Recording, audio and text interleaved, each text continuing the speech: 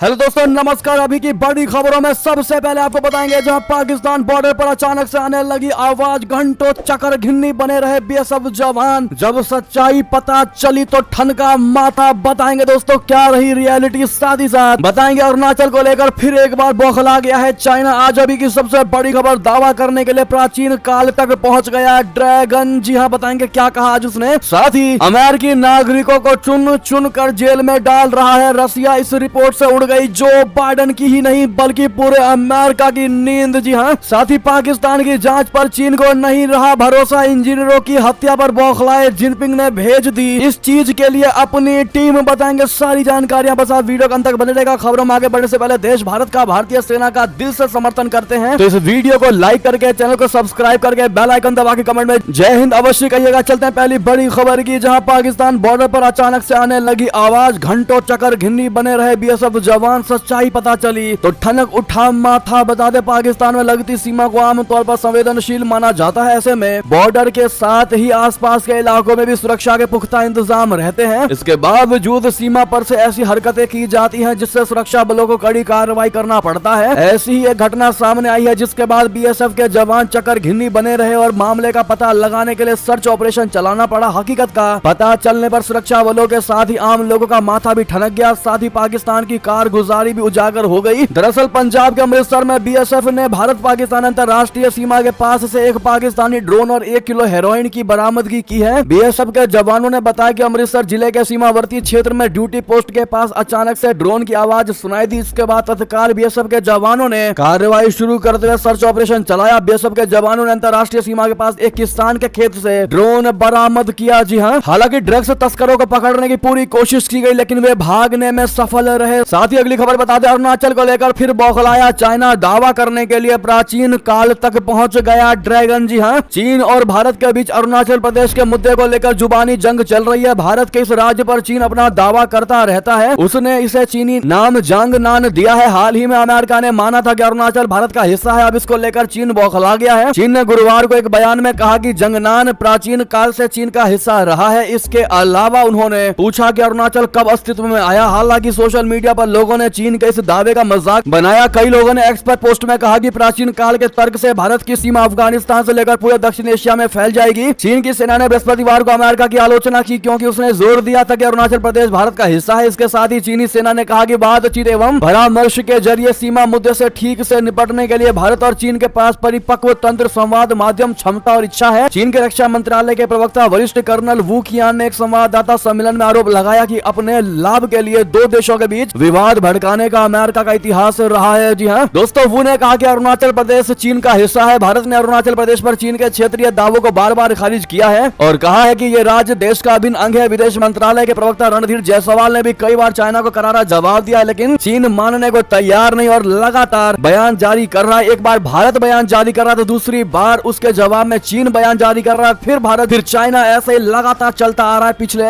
एक महीने से। लेकिन अब जो चीन ने यह बयान दिया है कि जंगनान प्राचीन समय से चीन का हिस्सा है, इस पर एक भारतीय होने के नाते आप लोग जवाब जरूर दीजिएगा। देखते हैं क्या कहती है भारत की जनता। साथ ही बता दें, 45 महीने में 36 बैठकें हुई हैं लेकिन नहीं बनी बात। डेमचोक डेस्पांग में नाक के नीचे बैठी है पीपुल्स आर्मी। जी हाँ, भारत और चीन ने पूर्वी लद्दाख में सैनिकों की वापसी की प्रक्रिया को पूरा करने के लिए राजनयिक वार्ता का एक और दौर आयोजित किया था। टाइम्स ऑफ इंडिया की रिपोर्ट के मुताबिक दोनों पक्षों ने किसी भी सफलता के अभाव में सीमा पर शांति के लिए डिप्लोमेटिक और मिलिट्री चैनलों के माध्यम से नियमित संपर्क बनाए रखने पर सहमति व्यक्त की। चीन के मुताबिक दोनों पक्ष बचे हुए मुद्दों को सुलझाने के लिए जल्द ही कोर कमांडरों की एक और बैठक बुलाने पर सहमत हुए। साथ ही साथ अगली और सबसे बड़ी खबर बता दें जिसने अमेरिका की उड़ा दी नींद। जी हाँ, अमेरिकी नागरिकों को चुन चुन कर जेल में डाल रहा है रशिया। इस रिपोर्ट से उड़ी जो बाइडेन की नींद। जी हाँ, रशिया ने पिछले कुछ सालों में अमेरिकी नागरिकों को जासूसी समेत विभिन्न आरोपों में चुन चुन कर जेल में डाल रहा है। रशिया ने पिछले कुछ सालों में अमेरिकी नागरिकों को जासूसी समेत विभिन्न आरोपों में चुन चुन कर जेल में डाल रहा है। इससे रूसी जेलों में अमेरिकी नागरिकों की संख्या बढ़ रही है। रशिया हाल ही में कुछ अमेरिकी नागरिकों को जेल में डाला है जिनमें एक पत्रकार, एक कारपोरेट सुरक्षा अधिकारी और कुछ अन्य नागरिक शामिल है। रशिया में अमेरिकियों की गिरफ्तारी की घटनाएं आम हो गई हैं। मॉस्को और वाशिंगटन के बीच संबंध शीत युद्ध से निचले स्तर तक पहुंच गए हैं। वाशिंगटन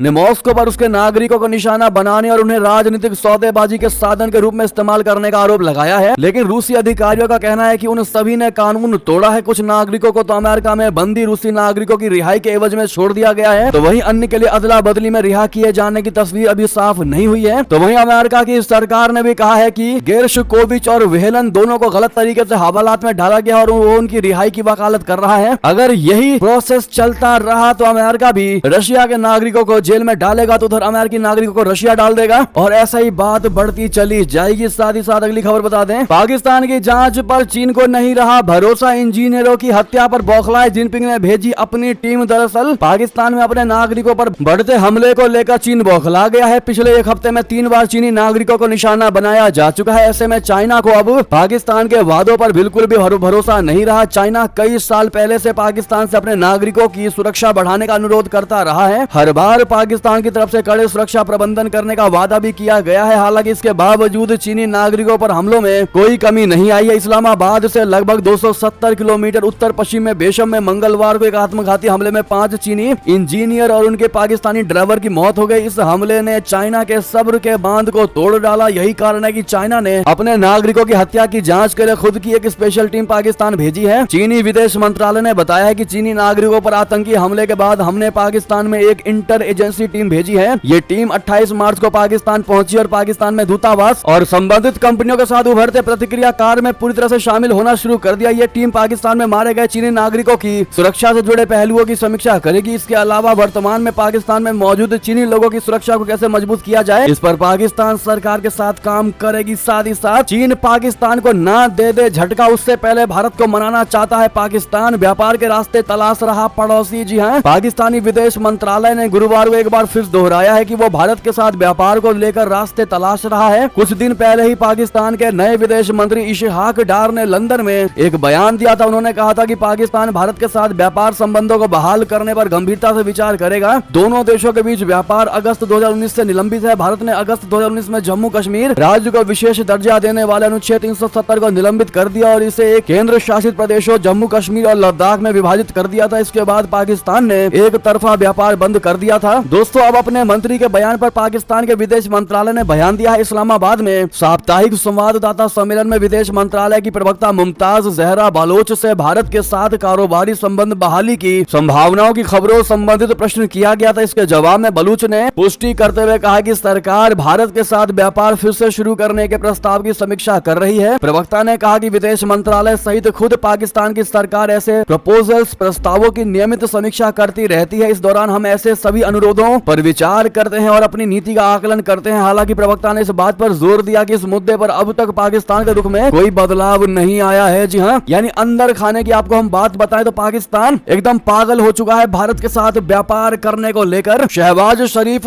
चाह रहे हैं कि ऊपर से हमें बोलना भी ना पड़े और अंदर ही अंदर भारत के साथ व्यापार सेट हो जाए, जो कि पॉसिबल नहीं है। पाकिस्तान चाहता है कि दुनिया को ना पता चले कि हमने भारत के साथ व्यापार की पहल की है, इसीलिए वो डर भी रहे हैं भारत से बात करने में। तो वहीं दूसरी तरफ बिना व्यापार करे वो मरते भी दिखाई दे रहे हैं। जी हाँ, ऐसे में क्या लगता है आपको, क्या शहबाज शरीफ घुटनों पर भी आ जाएंगे? तो क्या भारत उनके साथ व्यापार करेगा या करना चाहिए? हाँ या ना में जवाब आप लोग जरूर दीजिएगा। इतना ही नहीं दोस्तों, आपको ये भी बता दें, भारत के साथ बातचीत को लेकर जिन्ना और गांधी का नाम लेकर गिड़गिड़ा रहा है पाकिस्तान। कह रहा है कि संघर्ष हमारा भाग्य नहीं है। जी हाँ, बता दें किसने ये बात कही। पाकिस्तान के राष्ट्रीय दिवस पर नई दिल्ली में आयोजित एक कार्यक्रम में पाकिस्तानी उच्चायोग के प्रभारी साद अहमद वारिच ने भी कहा कि संघर्ष और तनाव का चक्र हमारा भाग्य नहीं है। उन्होंने कहा कि पाकिस्तान और भारत भूतकाल की छाया से निकल सकते हैं और दोनों देशों की जनता के लिए भविष्य की उम्मीद की पटकथा लिख सकते हैं, जो शांतिपूर्ण सह अस्तित्व, संप्रभु, समानता और आपसी सम्मान पर आधारित होगा। यानी कि एक तरफ पाकिस्तान का विदेश मंत्रालय भारत के साथ व्यापार की बात कर रहा है, दूसरी तरफ दिल्ली में आयोजित एक कार्यक्रम में पाकिस्तानी उच्चायोग के प्रभारी साद अहमद ने भी भारत के साथ संबंध स्थापित करने की बात कही। और बयान भी दोस्तों क्या दे रहे हैं, बयान ये दे रहे हैं कि पाकिस्तान और भारत भूतकाल की छाया से निकल सकते हैं और दोनों देशों की जनता के लिए भविष्य की उम्मीद की पटकथा लिख सकते हैं। बहरहाल हम लोग बहुत अच्छे से जानते हैं कि भारत को किसी भी तरीके से कोई नीड नहीं है कि वो पाकिस्तान के साथ रिश्ते को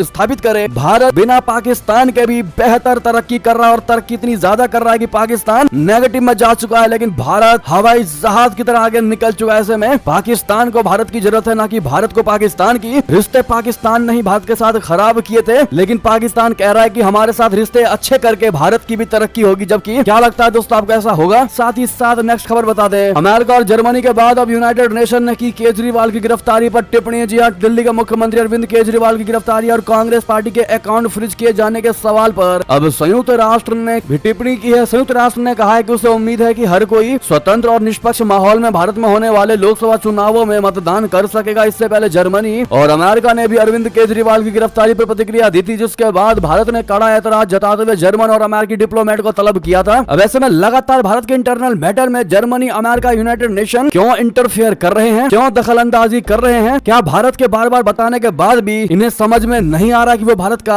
आंतरिक मामला है जिसमें हस्तक्षेप करना अनुचित है? क्या लगता है दोस्तों आपको, आखिर क्यों ये इंटरफेयर कर रहे हैं? बताइएगा जरूर। साथ ही साथ नेक्स्ट खबर बता दें, बांग्लादेश में भारतीय चीजों का बहिष्कार करने की अपील के बीच हसीना सरकार ने उठाया सबसे बड़ा कदम। बता दें, बांग्लादेश की मुख्य विपक्षी पार्टी के नेताओं की ओर से चलाई जा रही भारत विरोधी मुहिम के बीच शेख हसीना सरकार भारत से 50,000 टन प्याज आयात करेगी। हसीना सरकार की आर्थिक मामलों की कैबिनेट समिति ने बुधवार को इस संबंध में वाणिज्य मंत्रालय के प्रस्ताव को मंजूरी दे दी है। इस बैठक की अध्यक्षता वित्त मंत्री अबुल हसन अली ने की थी। शेख हसीना सरकार का यह कदम इसलिए भी अहम हो जाता है क्योंकि बांग्लादेश की मुख्य विपक्षी पार्टी बीएनपी और उसके सहयोगी दल के नेता वहां भारत के प्रभाव को खत्म करने के लिए वहां इंडिया आउट कैंपेन चला रहे हैं। इसके तहत वो बांग्लादेश में भारतीय चीजों को बहिष्कार करने की अपील कर रहे हैं। हाल ही में बीएनपी के नेता राहुल कबीर रिजवी ने कश्मीरी शॉल को जला दिया था, जिसके बाद बांग्लादेश की प्रधानमंत्री शेख हसीना ने निशाना साधते हुए कहा था कि क्या वे भारतीय मसालों के बिना खाना खा सकते हैं। शेख हसीना ने यह भी कहा कि जब वे यानी विपक्षी पार्टियां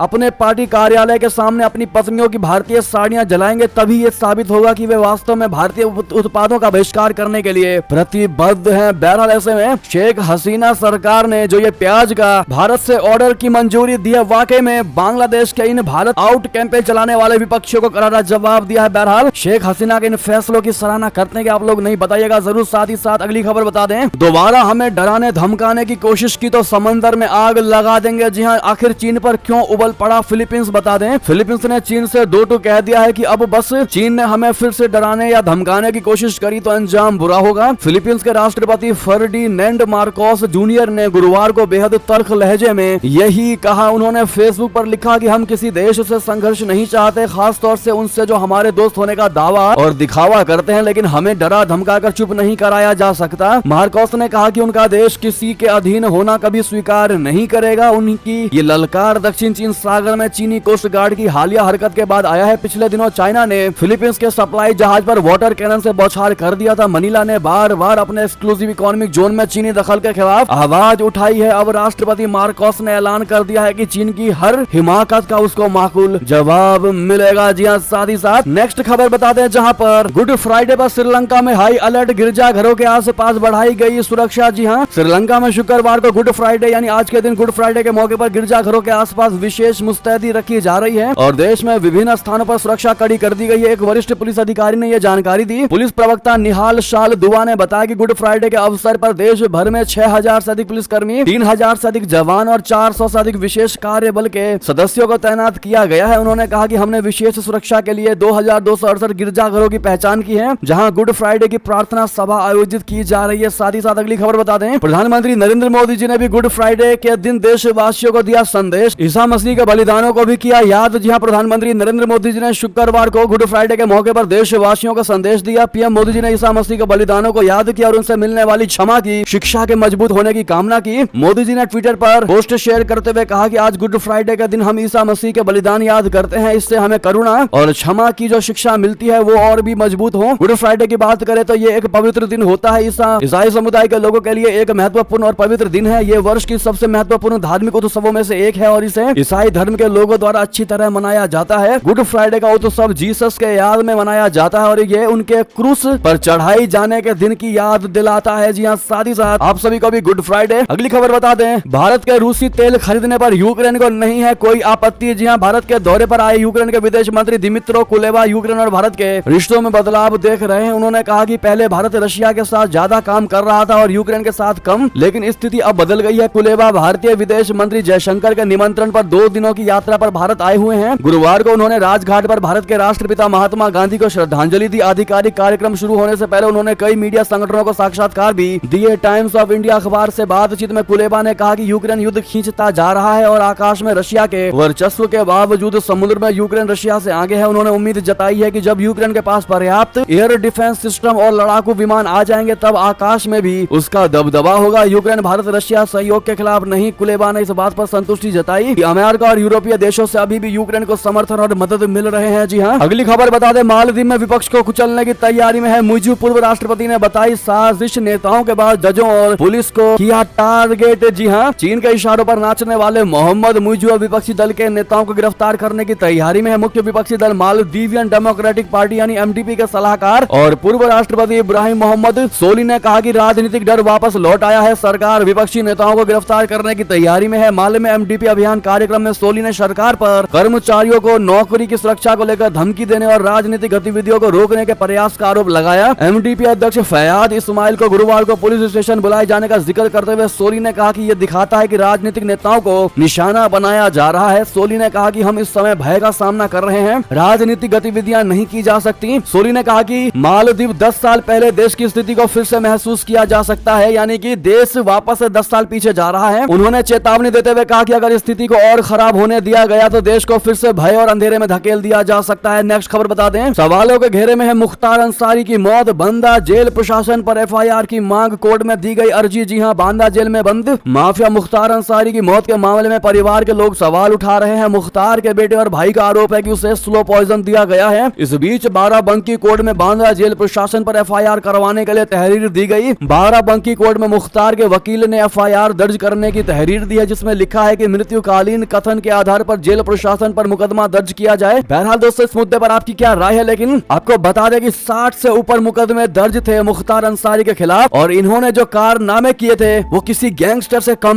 नहीं था। बहरहाल इस पर आपकी अब जो भी राय हो बताइएगा जरूर। साथ ही साथ अंतिम खबर बता दें, पप्पू यादव का पूर्णिया तो गया ही, रंजिता रंजन का सुपौल भी हाथ से निकला। कांग्रेस आरजेडी ने 6 सीटें बदल डाली। जी हाँ, बिहार में लोकसभा चुनाव के पहले चरण का नामांकन खत्म होने के बाद आरजेडी, कांग्रेस और लेफ्ट की 5 पार्टियों के महागठबंधन में सीट बंटवारा हो गया है। लालू यादव और तेजस्वी यादव की राष्ट्रीय जनता दल 26 सीट पर लड़ेगी, जिसमें पहले चरण की सीटों पर उसके कैंडिडेट पहले ही नामांकन कर चुके हैं और बाकी सीट पर भी कई कैंडिडेट को सिंबल मिल चुका है। कांग्रेस को 2019 की तरह 9 सीटें मिली हैं, जिसका पार्टी इंतजार कर रही थी ताकि कैंडिडेट चुन सके। सीपीआई माले को 3, सीपीआई और सीपीएम को 1-1 सीट मिली है। सीपीआई ने बेगूसराय से अवधेश राय और सीपीएम ने खगड़िया से संजय कुमार को पहले ही कैंडिडेट घोषित कर रखा है। लेकिन दोस्तों, आप लोगों को क्या लगता है, बिहार में क्या इस बार फिर से एनडीए परचम लहराएगी? हाँ या ना में जवाब जरूर दीजिएगा। बहरहाल ये भी सारी बड़ी खबरें। आपको हमारी खबर कैसी लगी? आशा करता हूँ बहुत अच्छी लगी होगी। अगर थोड़ी भी अच्छी लगी तो इस वीडियो को दोस्तों में, भाइयों में, साथियों और रिश्तेदारों में शेयर अवश्य कर दीजिएगा और अभी कर दीजिए इस वीडियो को लाइक, चैनल कर दीजिए सब्सक्राइब, बेल आइकन दबाइए। साथ ही कमेंट बॉक्स में लिख दीजिएगा जय हिंद, जय भारत। और यहाँ तक बने रहने के लिए आप सभी का बहुत बहुत धन्यवाद। जय